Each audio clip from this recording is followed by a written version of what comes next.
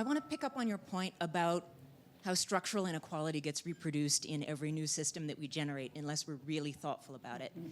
And I wonder what you think we could, I don't mean me personally, we as a group of people who are interested in this kind of question could do now at the beginning of this field to take the idea that poverty is a social phenomenon that has biological effects and use that as a way of not just treating the biological, but as a way to feed it back into a political and individual mandate to change culture. Yeah.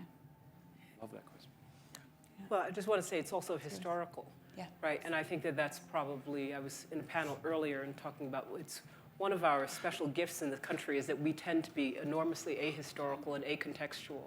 And so, and those things they're very dangerous, right? Our lack of ability to acknowledge our history and not only the poverty in the current moment of people, but people's historical poverty and the impulse or the overwhelming compulsion to keep people in poverty generation after generation is serious and significant.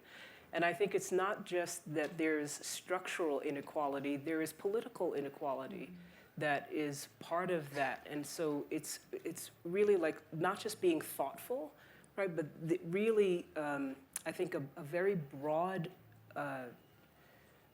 plan, right, to reshape the way that America thinks of who it is and who people are, right? Like, we have a way of thinking about like what an American is and who an American is and like what makes you a good one or not a good one that has been based on a myth.